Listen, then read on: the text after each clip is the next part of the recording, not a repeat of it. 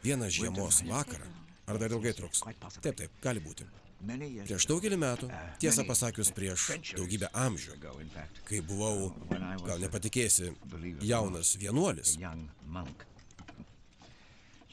šventovėje mane kai kas aplankė. Kai kas, ko tikėjausi niekuomet nesutikti.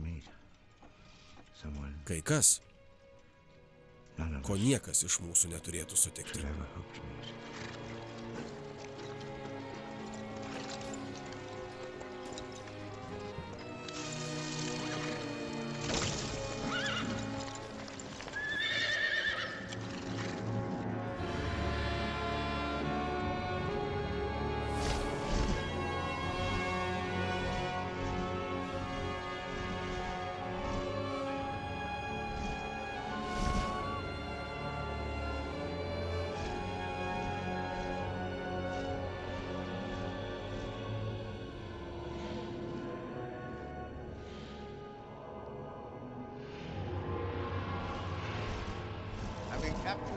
Sugaudęs vėjus, nuramdęs audras, įtaisęs žvaigždės orbitose ir žemę suktis ant ašies, vyriausiasis tvarkdarys atsigulė pailsėti ir susapnavo nerimą keliantį sapną.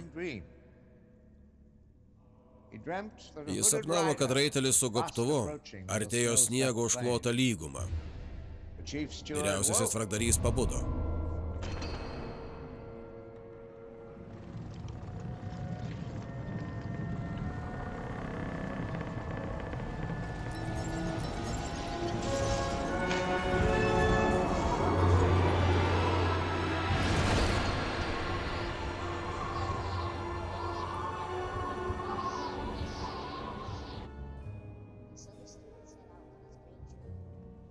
Ką jūs čia visi iš tikrųjų veikite? Pasakojame begalinę istoriją. O kokia tai istorija? Istorija, kuri palaiko visatą. Istorija, be kurios čia nebūtų nieko. Nieko. Nori pasakyti, kad jei liautumės pasakoti istoriją, tai visata nustotų egzistuoti? Kai tavęs klausau, viskas atrodo taip paprasta. Ir tu tuo tiki.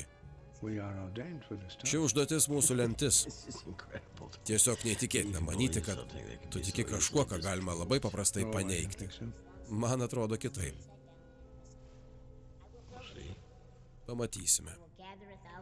Surinksiu 1000. Stop. Tai viršijo jo jėgas. Tačiau blogio jėgos negalėjo įsiviešpatauti. Mūsų ramybė.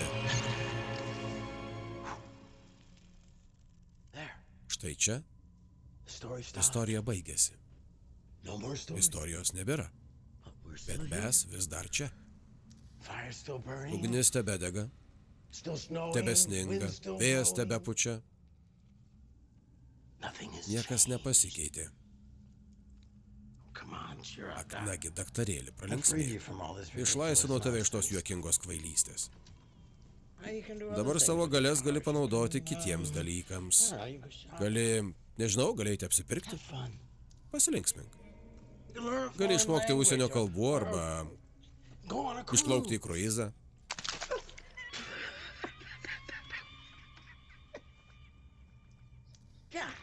Dieve.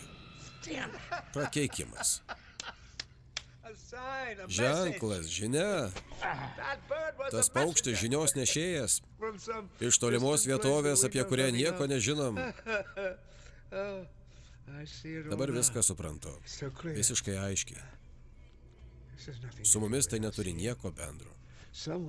Kažkur pasaulyje šią akimirką kažkas kitas pasakoja istoriją. Kitokią istoriją. Sagą, romaną. Nenumatytos mirties istoriją. Nesvarbu. Ji palaiko visatą. Štai kodėl mes vis dar čia.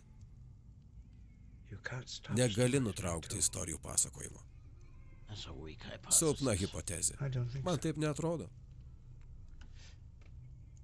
Sakyk, o tu kartais nemėgėjęs lažintis? Ką? Ir tai buvo mano pirmasis sandėris su šėtonu. Supranti, pirmasis iš mūsų, surinkęs 12 pasekėjų, laimi lažybas. Jo argumentas – pavojaus, baimės, pasakiška nežinios palaimos būtinybė. Mano – vaizduotės galia pakeisti ir nušviesti mūsų gyvenimus. Kova buvo sunki, bet aš laimėjau. Mano prizas? Tai, ko troškau labiau už viską. Amžinas gyvenimas. Amžina kankynė. Jis mane apgavo. Jis leido man laimėti. Jis žinojo, kad laikai pasikeis. Ir kad vieną dieną niekas nenorės klausytis mano istorijų. Tokia buvo mano pasipūtimo kaina. Pamirštas, pasimetęs, vienišas, nusivylęs.